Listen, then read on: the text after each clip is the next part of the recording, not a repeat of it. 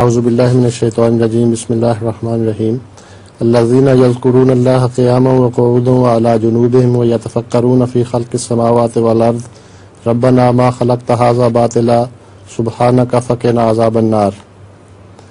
Those who remember Allah while standing, sitting and lying on their sides and ponder over the creation of the heavens and the earth.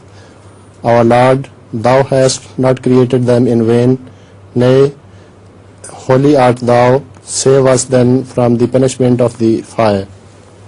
Also, what is the relation between the creation of the heaven and the earth and فَقِنَا عَذَابَ النَّارِ, save us from the punishment of the fire? If you read the verse again, then I will connect it.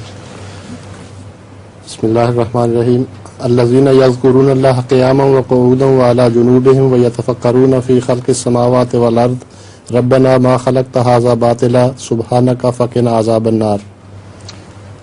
So what is the question? I can't understand that. So the question is, what's the relation between the creation of the heaven and earth and The previous verse. Yes, I know, but the creation of the heaven and the earth is not a useless purpose. It's a huge claim that whatever you find in the creation of heaven and the earth, the whole universe, you think it's created idly without any use? This is the question. So those people who are ulul albab, they ponder over these things day and night, and the natural result, inference they draw from their heart, speaks and says, "Ma khalaqta, oh God, ma khalaqta hadha batila." This entire universe you have created, how can it be without any purpose? So everything which is created has a purpose and shows a purpose. The birds, the animals, everything in the sea or in the air or on the land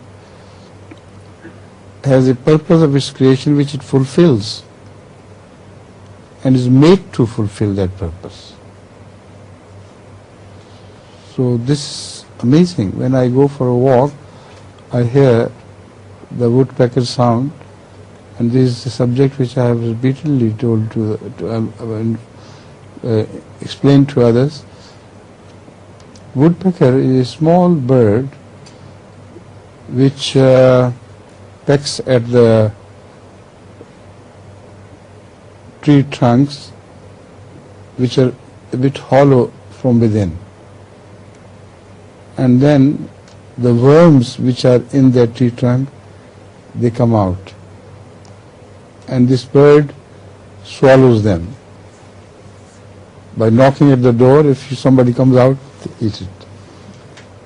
So the amazing thing, the most fantastic thing about this animal is that it strikes the wood so powerfully and with such speed that it's amazing how fast it can move its beak and strike with it. Now the scientists have discovered that although ordinarily hearing this sound, you think it maybe consists of 4 or 5 strikes, but when they recorded it and then reheard it in slow motion, so within a second perhaps it struck 30 times or so. So I don't know exactly the number, but the number is amazing, how fast it can move and how powerfully it strikes. Now, if this was without purpose and without a design, this bird should have gone mad within a few strikes, because the shock is so powerful that it would create a sense of earthquake in the head, in the brain of that poor animal. But God has provided him, or this bird, with a safety valve between the beak and the brain. There is a small instrument which can be pressed and released. It is resilient. So at the time of every strike, it takes all the load on itself, and no shock wave is permitted to pass on to the brain. Now, do you think this could automatically happen because of evolution? It's impossible. How long this device would take for evolving? By that time, all the woodpeckers in the entire world would have died, completely finished and ousted.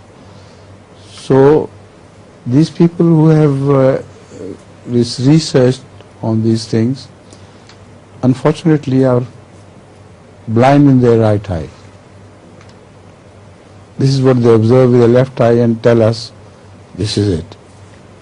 They never think that ma khalaqta hadha batila. So this is one small explanation of the word ma khalaqta hadha batila. And whenever you go out, you'll hear amazing things. The birds are chuckling and making noises and all this. But how was this created, this sound box in their throat? Why? And it has a definite design about it, a purpose and so on. So it's a limitless subject. Just take this verse, bring this verse to the focus of your attention, and it will go on opening new windows for you to observe the glory of God.